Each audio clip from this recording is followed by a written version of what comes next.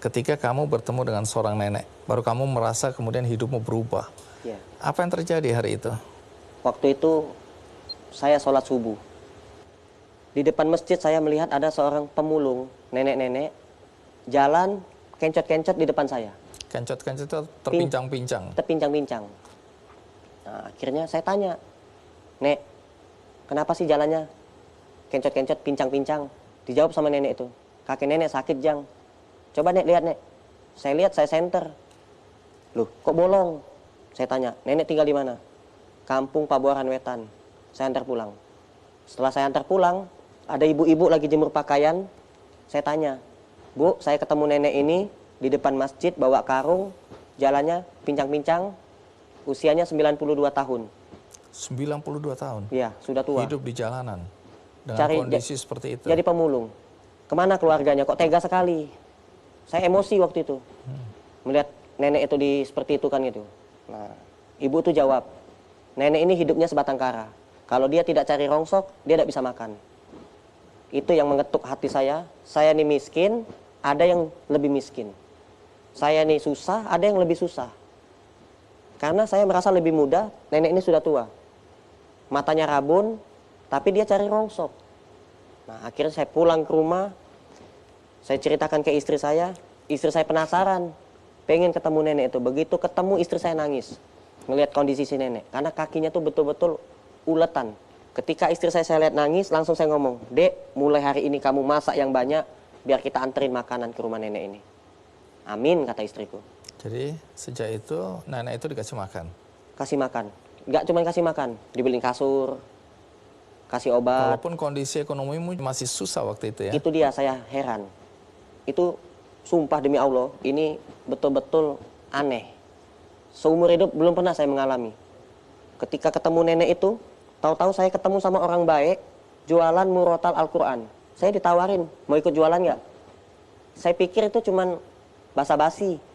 Ternyata betul-betul dia modalin saya. Saya dimodalin, dititipin barang 100 ke saya. Habis, saya jual habis.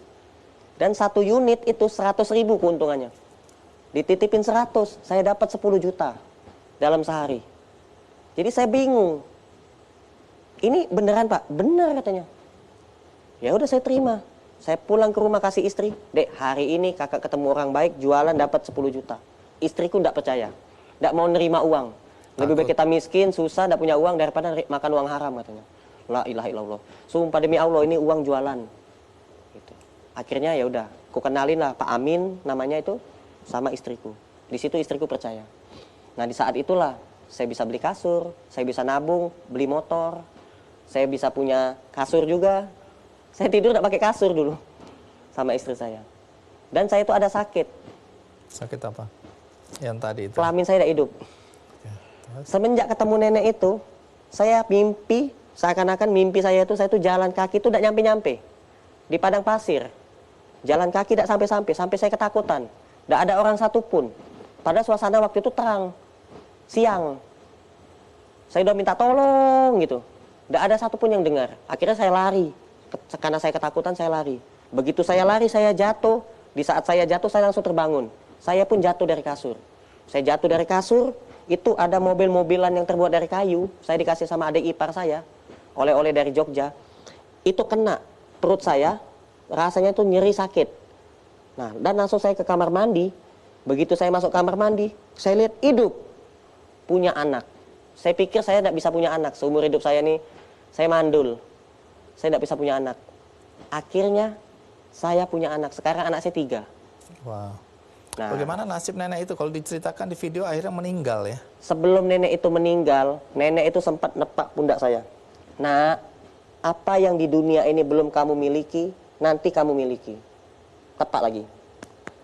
Apa di dunia ini belum pernah kamu ketemu sama orang yang pengen kamu ketemu, nanti kamu ketemu. Apa di dunia ini tempat yang belum pernah kamu kunjungi, kamu pengen ke sana, nanti kamu ke sana. 3 kali. Sudah. Saya tuh bingung, ini doa atau apa ini?